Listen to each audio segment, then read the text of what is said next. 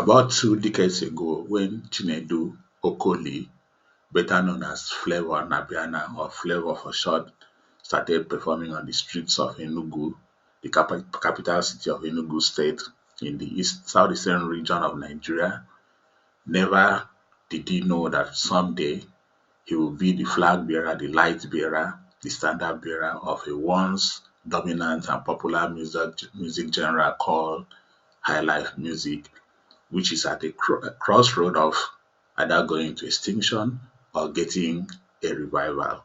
This episode of Music in My Ears will take a look at highlife music as a genre that has undergone transformation, what has become of it or what is going to become of it. We thank our returning viewers and listeners, and at the same time, we thank our new listeners and viewers. And I'll take a breather now to allow our new viewers and listeners to click on that subscribe button. By so doing, you'll be encouraging us to do more. Thank you. We'll be right back with the story of highlife music in Nigeria. Highlife music can be traced back to the colonial era in the 19th century. Then the music started getting prominence in the West African coastal region, especially from the Ghana area through Nigeria to Liberia, Gambia, and other parts of West Africa. It is essentially a fusion of melodic African rhythm, jazz elements, using Western style instruments, and infusing those two together to form a kind of music that is horn-led and guitar-led, creating danceable melodic rhythm for the enjoyment of the people. History of highlife music is rich and diverse, as it developed from various styles of music such as palm wine music, brass band highlife, and native blues. Palm wine music was one of the earliest forms of highlife music, which originated on the coastal locations when local musicians began using portable instruments brought by traders and fused with local strings and percussion instruments. Brass band highlife, on the other hand, was a style of highlife that resembled Western brass band in European forts across West Africa. The military would use local musicians in their brass band regiments and taught them linear marching music. Native blues, on the other hand, was a more Africanized version of highlife music. As the genre grew in popularity, the music produced several acts across the West African region that were equally so much popular and made waves post-colonial era, including Mensah in Ghana, Eddy Okonta, Cardinal Rex Jim Lawson in Nigeria, and moving on to later years, we had Oliver the Coque, Chief Osita Osadebe. We had several other artists in the 70s that propelled the music to a greater height. Going back on historical lens, one of the earliest known singers of highlife music in Nigeria is a man called Israel Chimezie or Israel Nwoba, who was a member of the Three Knights Wizard Band, but he was outstanding in his composition, in his delivery of highlife music as a singer. So this is one of the earliest known person to have carried on the highlife music genre pre-Nigerian independence. It is important to note that Nigeria is a multicultural and multi-ethnic country put together by the colonial government to form one nation. However, as with everything cultural or art, there's influence from the culture, the language, the dialects, and the beliefs of the people. And considering this ethnic coloration, highlife music in Nigeria equally faced this diversity in so much that we have the highlife musicians from the western part of the country, that's the Yoruba land, playing kind of music. We're talking of people like Roy Chicago, Bobby Benson, Victor Olaiya, and the rest. Then coming down to the southeastern or what you call the Igbo part of the country where you have Igbo Highlife. You're talking of Celestine Uku. You're talking of Stephen Osita Osadebe, Oliver the Coque, Bright Chimezie, and several others. Then coming down to the mid-western part of the country, the highlife music took its own coloration when you have Uwaifo, Uwaifo, Joseph Osayomo bringing the Edo culture, Edo language, Edo dialect into the scene. You equally have Orlando War in the those State, part of the Yoruba that bringing its own flavor into the highlife music culture. So you go down across Nigeria, you discover in the southeastern states part, or what you used to call Cross River and Rivers area, you discover people like Chief Etubum Rex William, Cardinal Rex Jim Lawson, Peter Effiong, Chief Inyang Nta Henshaw, Chief Ntia, and several others, all varieties of highlife music as influenced by their culture, as influenced by their language, as influenced by their dialect, as influenced by their environment.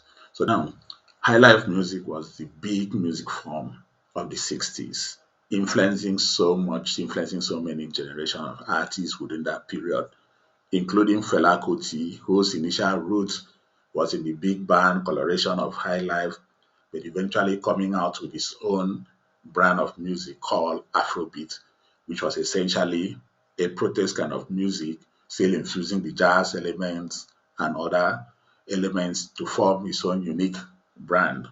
However, highlife music has remained the main kind of music in the Nigerian entertainment environment for 1970. Things took a little bit of a different turn for the music genre because other kind of music forms started coming out to become a competition of some sort. In the 70s, especially in the Southeast after the war, a lot of the bands that the military used as part of their military band or brass band came out with something else, influenced by the Western kind of music again in terms of funk, combining it with the rock kind of music from the Western world and our own traditional element in a beat. They created another music form. And don't forget that the younger elements have embraced imbibing Western music more, listening to more of the American kind of music, James Brown and others. And in that aspect, they created this kind of music that fused funk and rock and other elements to create Afro funk, which became the dominant music form of the 70s. So this is where highlife music started getting a hit in terms of competition because the younger elements started diverting into listening to this new kind of music called Afro funk because of the influence and exposure to Western culture. So highlife music started having this competition between itself and Afrofunk, and even from foreign music that was coming into the country, being brought in by people that traveled. People had started going out for educational purposes, and when they come back, they brought this foreign music. Even the radio stations have started playing foreign music. The television station, the few that were available, equally started showing foreign videos. So this is where the diversion came, that the growth of highlife music started getting a gradual hit. Despite the presence of this new music form and these influences on the public, highlife music still maintained its popularity amongst the people of Nigeria. The 70s still have highlife music having its kind of predominance in a way, even though the contemporary music form of the time has been shifting, Afrofunk, pop influence from the Western countries, rock and roll, country music, and several other kind of music, including reggae that was just creeping into the system then. But in the 70s, highlife still had its stance. Then leading up, getting into the 80s, that Bright Chimezie started coming out with some brand of Zigima sound, still a coloration of highlife music. Not to forget Prince Nikombaga down in Cross River. He did so well, cut across the country, in fact, across Africa. Prince Nikombaga established himself as a leading light, bringing out some songs like Sweet Mother that is still being sung today, still being played across the continent today, still a variety of high life music. So the music progressed from the 70s into the 80s, still doing well. But however, in the 80s, the pop dominance and the reggae dominance of that period further dented the growth of high life music. As we made progress into the 80s, even the big band culture, the live music culture was going down because things change. Normally, change is a constant, as they say. So now know that pop music was now the reigning thing in the early part of the 80s, coupled with the fact that the club scene was equally changing. We never, I mean, we now had the DJs coming up. So the club that used to be like live music performances by the bands, including the Afrofusion bands and the Highlife band, was actually giving way to DJ dominated club scene. The clubhouses changed. People now started playing recorded music because recorded music has become an in thing, has become a part of the music listenership process in the country, with people bringing in already made records. So people gradually shifted to the club thing, shifted to the DJ thing. So with the DJ thing, this had serious impact on live music, which was the mainstay of high life and even Afrofunk. So the 80s presented one of the biggest challenging period for high life music. The music changed. Pop stars like Chris Okoti, Jido B, DZK came up as solo artists. Now the focus has changed from the band to solo artists. So the place for the band, the High Life band and other bands has now been taken over by artists, solo artists, pop artists, which was an inevitable thing because the development has caught up with us. We are not isolated. We were looking forward to other cultures outside of Africa, outside Nigeria. We're looking for the Western world. We're watching them on television. So inevitably, this had to happen. So pop music reigned supreme in the early part of the 80s. Then in the middle part of the 80s, it further went down because things changed. There came this reggae period. So further weakening the capacity of high life music because the protest period needed the voice of musicians across the country to speak for the masses. So this period witnessed the artists like Terracotta, like Majek Fashek, Ras Kimono, Peter Sidotong, Victor Eshed, and the Mandatals. So all these people came out to spread the message of freedom. In that space, high life music has gone down, further down the ladder, the pecking order of music genres in Nigeria. Despite the dwindling fortunes or dwindling performance of high life music in the 80s, there is still some glimmer of hope because Bright Chimezie was out there doing his thing, bringing out his Sigima sound, variety of high life music.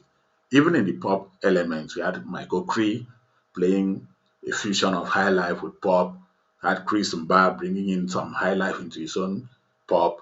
So there was some hope, but it was nothing compared to the level that the pop music was growing because it was in full force with full financial support for the pop artists.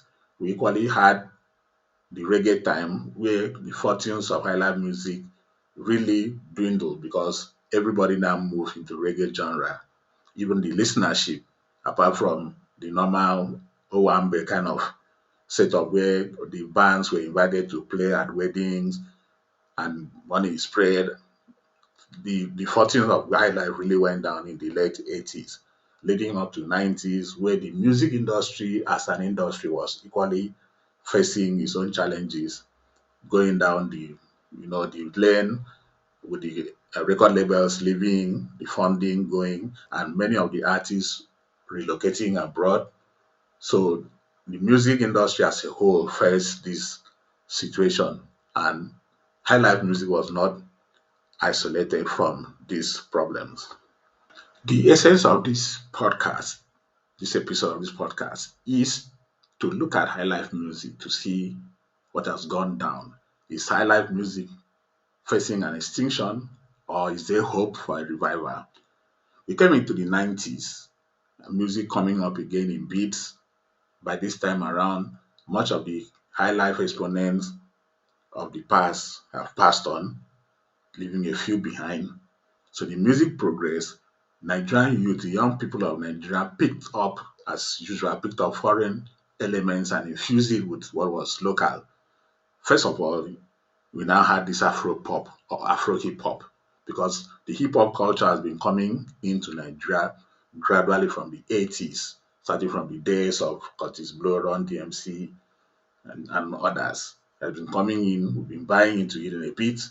Rap music has been coming in, hip hop music really came up in the 90s. So the 90s into the 2000s, the Nigerian youth had bought into this culture, the pop culture, the hip hop culture, and at the moment fused the kind of music that was called Afro hip hop, bringing the elements of hip hop with fusing with Fuji, Juju, and several other elements and bits of the high life, creating Afro hip hop. Don't forget, Ghana was we were a bigger home for the high life music. What happened in Nigeria was equally playing out in Ghana. Ghana, that you had the E.T. Mensah, the George Dako, and rest, now having a fusion of music, the high life transiting into what was called hip life. So the 90s and the early 2000s, we had Afro hip hop in Nigeria, we have hip life in Ghana. All this fusion, fine, they were progress in a way, but at the same time, the original genre of high life was having a hit, being slowed down, being pushed back into gradual oblivion. So Afro hip hop, hip life, well and good. If they were continuing on that line, it would have been beautiful to see how this music form existed or progressed into a solid genre called maybe hip life. But high life in Nigeria has been neglected because we made progress into Afro hip hop. Yes, as we made progress with Afro hip hop in Nigeria, high life music was giving way. We are not having any new releases. We are not having any artists really coming up. But gradually into the 2000, late 2000, Afro hip hop itself evolved into what is now called Afro beats. If another fusion of so many elements, Afrobeat, the original Afrobeat by Fela, a bit of the high life, a bit of the Fuji, a bit of everything, including currently a bit of music from outside the country, like Amapiano from South Africa, and of course the Western influence. So all this cooked together created Afrobeats. Afrobeats, in its essence, has taken Nigeria to a great height in music. However, what has happened to the organic music of Nigeria, what has happened to Afrobeat itself, what has happened to High Life, and what is likely happening to Fiji and the rest, we don't know. But the point is, High Life music has taken a big hit because in the past, you could identify High Life with West Africa. You could identify Sokous with the Congo area, Makossa with Cameroon. You could identify other beats from South Africa that, okay, this is a beat from these different parts of the continent. But where is High Life? Because now you could still speak of Sokos, you could still speak of Makossa. Incidentally, even the Ghanaians that were progressing through hip life, when Afrobeat was making progress across the world, across the globe, the Ghanaian industry, the Ghanaian musician tended to abandon hip life That's another big blow to the high life music genre because now they're trying to come into Afrobeat because the Nigerian artists have been able to project Afrobeat to the globe. So every other African artist wants to buy into the Afrobeat trend because they want to project into the global music world. So there lies the challenge. Where is high life music in the scheme of things? Is it going into extinction or are we waiting for a revival? We mentioned Flavour at the beginning of this episode because Flavour, right from beginning, has been able to carry high life music into a level that has penetrated the global music world. There are some other artists, there are some other artists that are trying to project high life music, but not yet at scale. The live music scene is still going on, no doubt, but the recording scene is really, really lacking. And it is by recording that we'll be able to project this genre forward. But are we able, considering the limited number of people playing music? Of course, we know that some people are coming up. You have the likes of AJ Slimy in the Do area. You have the like of the son of Joseph Osayomo playing High Life, J Tune, I think that's his name, and some other artists bringing High Life music here and there. But the projection to the global world is where it is lacking. We don't have the recording, apart from Flavour. We don't really know so much of who is taking up the gauntlet of projecting this music. That is why we ask the question: is Flavour the last hope of high life music in the global scene? Is there going to be a revival? Are there artists coming up? What happens to this genre that was once dominating, that was once not taken as music of West Africa? What is going to happen to it, especially with the nature of the young people that are much more influenced by the Western world because of the media, because of the internet, because of globalization, because of travel? What is going to happen to high life music? Are we at the crossroad of the music going into final extinction, or is there a hope of a revival somewhere? Thank you for joining us as we keep on digging deep into Nigerian music history. Kindly continue to join us. Like this episode if you enjoy what we are doing.